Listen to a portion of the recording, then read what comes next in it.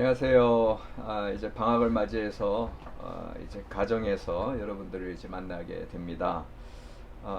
욥기 12장입니다. 오늘 요절은 12장 4절 말씀.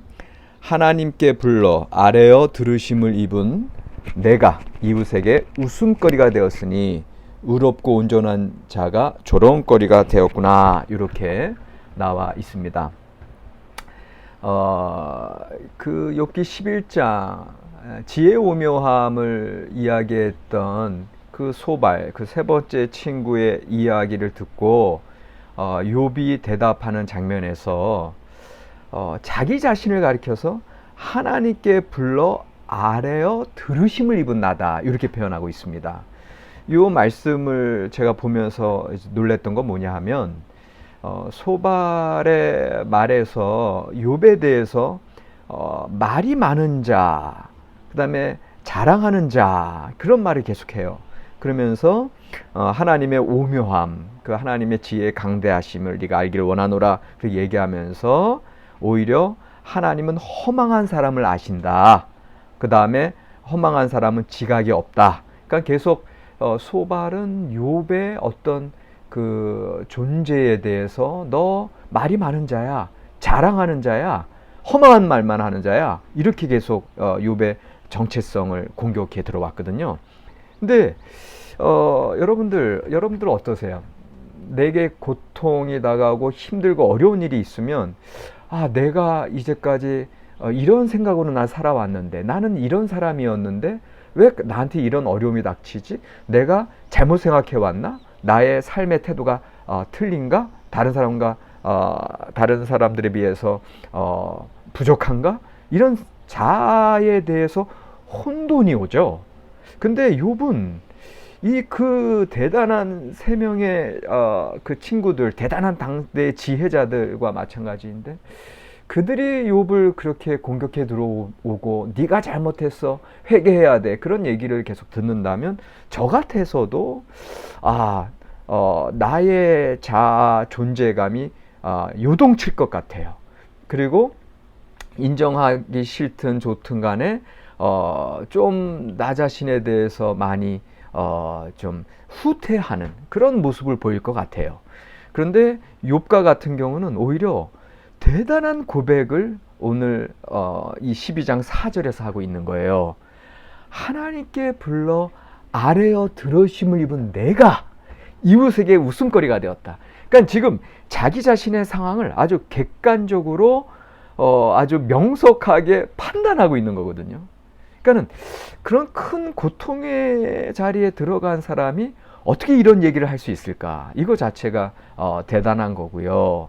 그러면서 의롭고 온전한 자가 조롱거리가 되었다. 그러니까 본인이 여전히 의롭고 온전한 자임을 또 새롭게 선포하고 있는 게 지금 12장 4절입니다. 그러니까는 지금 욥과 세 친구와의 대화는 이제 오늘 이제 그렇게 소발이 얘기하고 소발에 대한 대답이 이제 12장, 13장, 14장에 걸쳐서 거치면 이제 첫 번째 사이클이 끝나는데, 그 다음에 두 번째 사이클에 또 다시 엘리바스가 시작하죠. 근데 제가 계속 말씀드리듯이 새 친구들은 여전히 동일해요. 그 세 사이클 동안 그들이 강조하고 있는 거는 그 인과응보적인 교리, 그 다음에 악인의 그런 운명에 대한 거, 그 다음에 회개를 선포하는, 이 계속 그 이야기로, 교리적인 얘기로만 반복인데, 욥은 점차로 자기 자신을 찾아가고 점차로 어떤 하나님과 주변과 자기의 상황에 대한 그런 힘들고 어렵지만 이야기하는 것 자체가 결국은 나중에 하나님께 인정받는 그러한 사실로 증명이 되는 거거든요.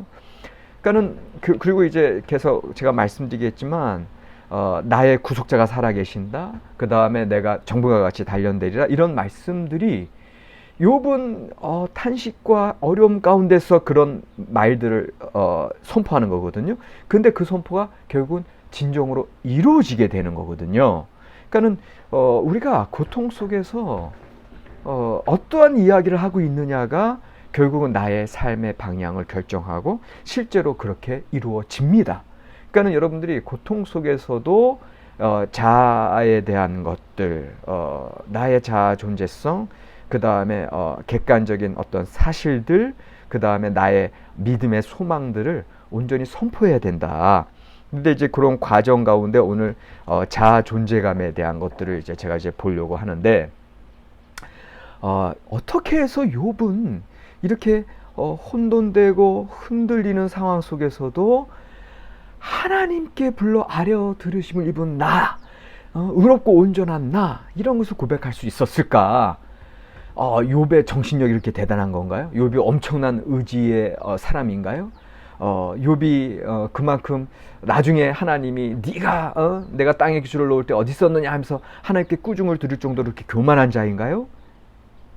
제가 보기에는 욥은 모든 울타리가 다 무너져 내렸다고 제가 말씀드리지 않았습니까? 이런 상황에서 욥은 오직 하나님만을 바라보는 자로 새롭게 나아가고 있는 거예요. 아니, 이미 욥은 1장 2장에서부터 하나님께 의롭다고 칭함을 받을 그때부터 욥이라고 하는 자는 우리가 인간적인 시각으로는 모든 울타리가 완벽한 상황 가운데 처해 있는 자이었고, 그래서 사탄이 그것을 허물 때 하나님을 이제 더 이상 경외하지 않을 거 아닙니까? 이렇게 얘기했지만, 제가 보기에는 욥을 공부하면 공부할수록 욥은 처음부터 이 중간 단계 그리고 끝까지 일관된 사람인 게 보여요. 이거를 이제 계속해서 제가 말씀드리고 여러분들과 더불어 이제 대화를 나누고, 여러분들은 조금 이제 또 질문을 할 만한 사항들도 생길 텐데, 제가 계속해서 여러분들 말씀드리는 걸 잘 들으시면은 어느 정도 여러분들도 이제 설득이 되실 것 같은데, 지금 욥은요, 본래 하나님 앞에, 여기 지금 오늘 4절이 그 증명하는 것 중에 하나예요.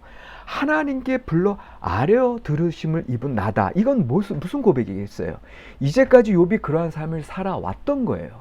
하나님 앞에 기도하고 하나님 앞에 예배하고 또 자녀들을 위해서 그렇게 중보 기도할 때에 하나님께 아뢰어 들으심을 입었다. 그러니까 늘 하나님께 응답받는 하나님과 이렇게 소통하는 그런 살아있는 영성의 소유자가 욥이었다라고 하는 것을, 욥은 친구들 앞에서 그 고통 속에서 자기의 상황이 어떻게 변하든지 간에 여전히 나는 그러한 삶을 살았고 여전히 하나님 앞에 의롭고 온전한 자였음을 이야기하고 있습니다.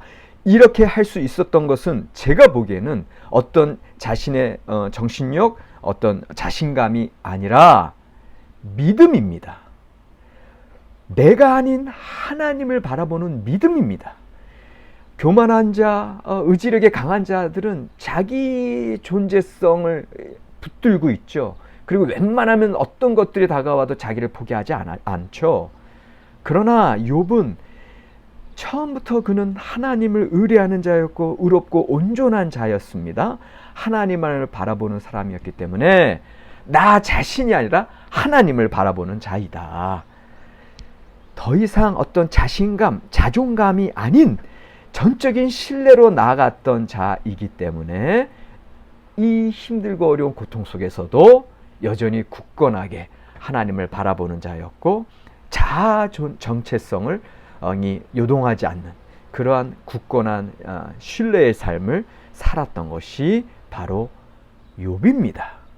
우리 대부분의 사람들은 나의 울타리를 의지하고 나의 어떤 명예와 내가 가지고 있는 지식과 내가 이제까지 펼쳐놓았던 나의 삶의 견고함을 자랑합니다. 그러나 그러한 사람들은 고통이 다가올 때 여지없이 다 무너져 내립니다. 대부분의 인간, 저를 비롯한 모든 사람이 마찬가지입니다. 그러나 진정으로 강한 사람들은 나의 견고함을 자랑하는 자가 아니라 하나님을 신뢰하는 믿음을 자랑하는 자입니다. 마치 바울 사도가 내가 가진 모든 것을 배설물로 여기노라, 오직 예수 그리스도 안에 잡힌 바 그것을 잡으려고 쫓아가노라 고백하듯이, 그럴 때 그 어떠한 고통 속에서도 여전히 나의 상황 속에서 하나님을 바라보고 주변 사람들에게 지혜로운 삶을 선포하게 되는 겁니다. 말씀 너겟, 진정한 믿음은 우리를 자유케 합니다. 나 자신에 대해서 연연하지 않기 때문입니다. 어제 저희가 구약학회 임원회를 한국 구약학회 임원회를 가졌는데 이번 학기에 이제 은퇴하시는 교수님이 계세요. 이제 8월로 이제 교수의 모든 사역을 내려놓으신 분인데 항상 그분은 인자하시고 또 우리 구약학자들에게 존경받는 분이십니다.